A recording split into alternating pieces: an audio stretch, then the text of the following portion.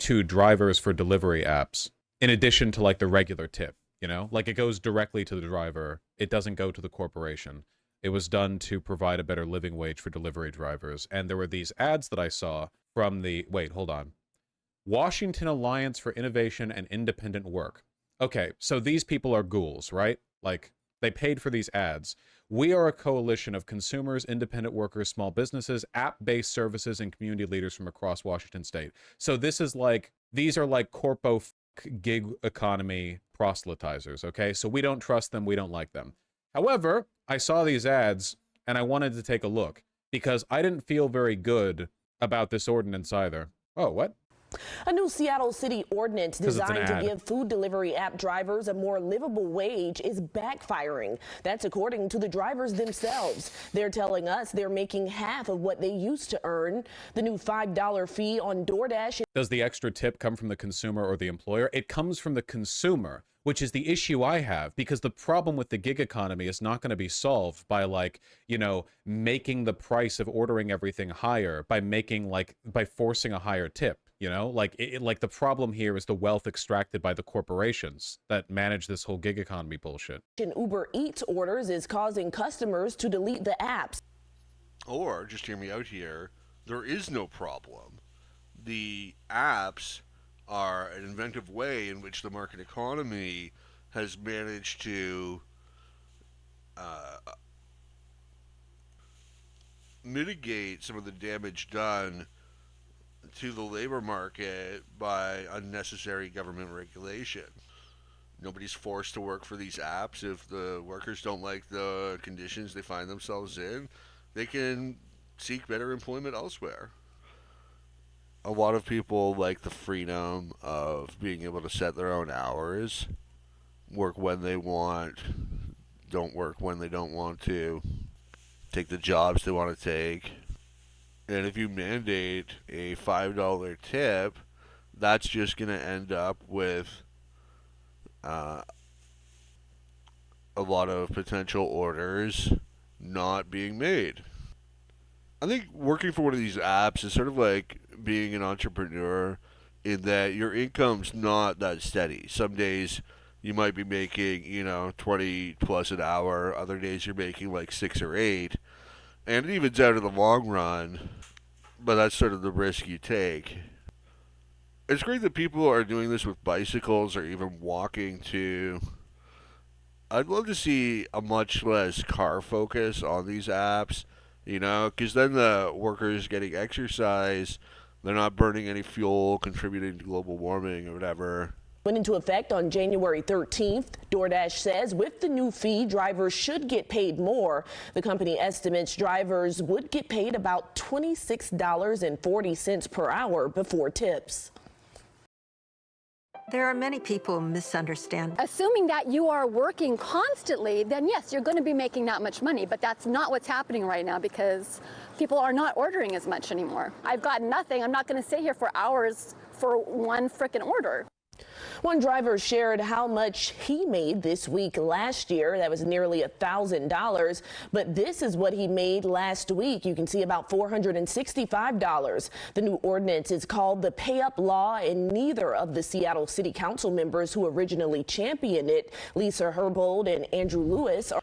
This is so typical of the government coming in to quote unquote solve a problem and just making things worse. We don't need the government telling us how to run our lives or what we can get paid for an hour of work. Yeah, it's probably better to be extremely busy doing a ton of orders, even if you're making less per order, but you're still ending up taking home twice as much because you have all that constant work. At least on some apps, workers already had the option of refusing the job if it wasn't a high enough pay for that job. And that's one thing I did like too. I mean, it cuts both ways. Wherein, if you're not getting paid enough, you can quit or you don't take the job, right? So the consumer's got to sort of bid up to where the worker is interested. just like the worker has to provide value at a level where the consumer's interested. It cuts both ways. It's not a one-way street. So this is just another example of the unintended consequences of government policy. Yes, it's admirable to want workers to have higher wages, but the way to achieve that is not through government fiat. It's not through establishing a law that says you have to be paid, a certain amount, because that's going to backfire. And because some people need to work, even if they're getting paid less than that amount, at least they're still getting paid.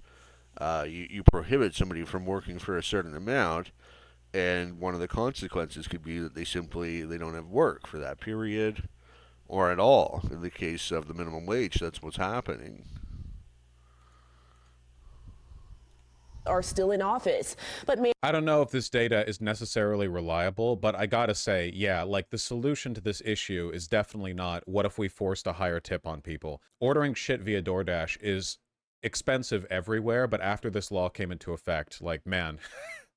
Mayor Harrell recently praised the law's implementation in a statement describing gig workers as, quote, critical to Seattle's economy. Mm-hmm. And there was this other ad.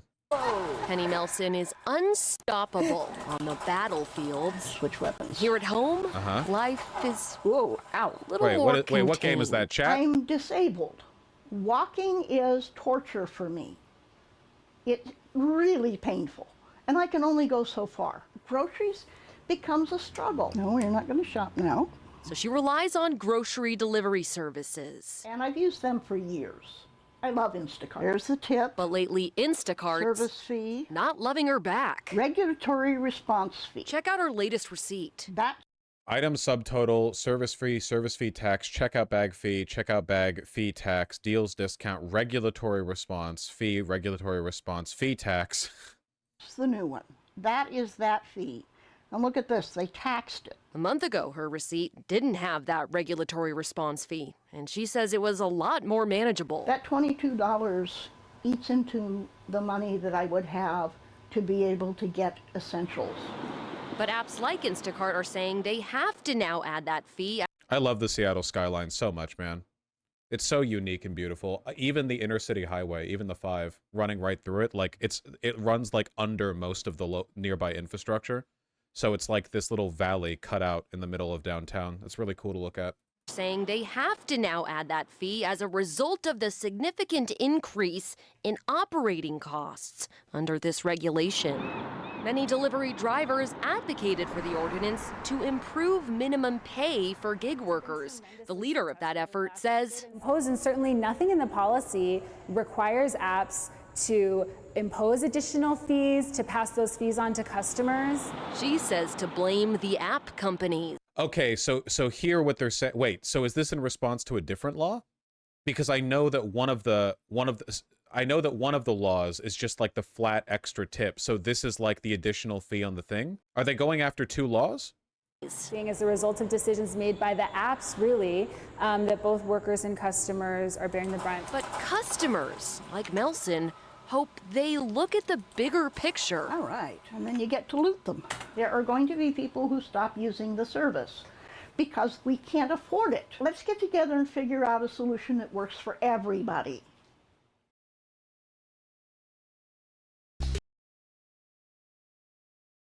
Recently, there's been some federal regulation surrounding gig workers as well.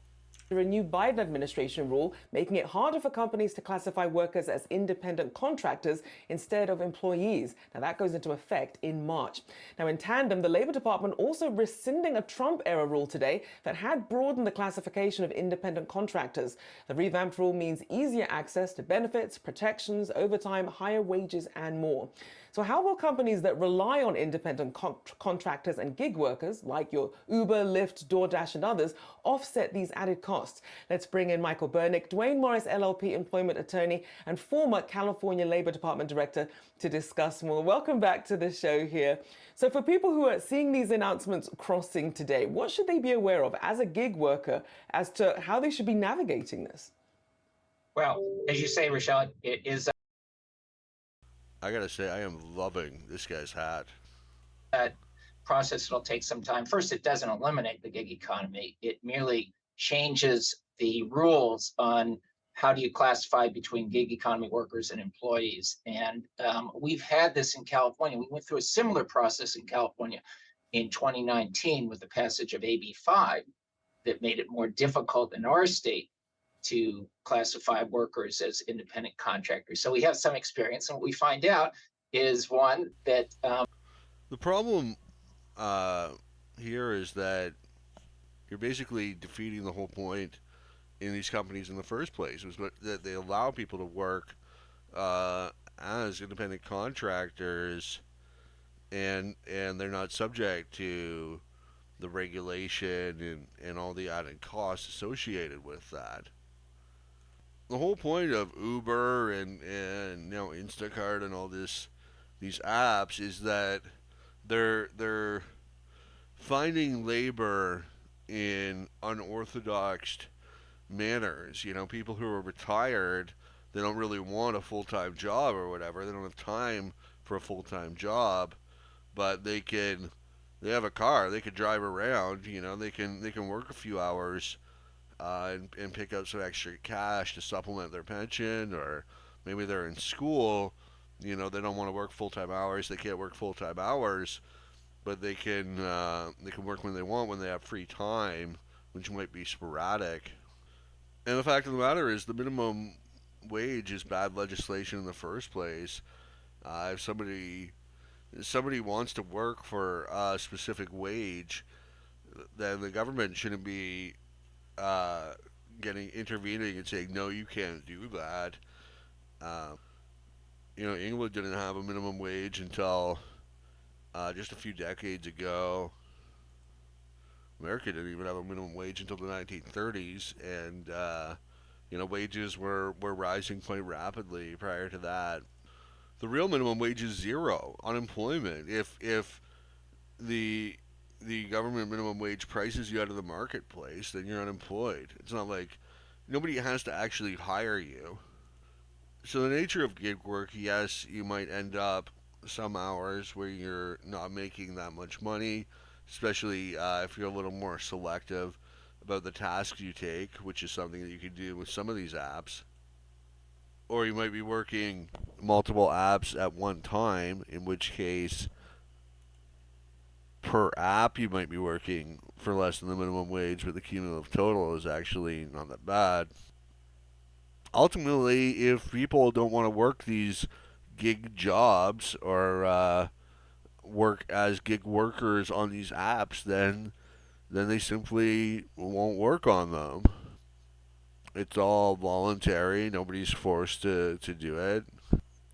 And by imposing these regulations saying, oh, you have to have benefits, you have to, follow the minimum wage, you have to do this and that, then, yeah, you are going to maybe not destroy, but certainly substantially limit the gig economy.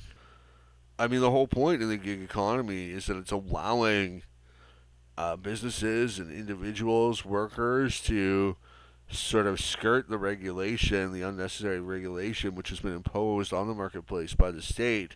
You look at Uber, before Uber you had these taxi cartels with the medallions. They don't allow competition. You can't compete with them. You have to have a license, a medallion, in order to be a taxi driver, and so that's going to artificially drive up the price.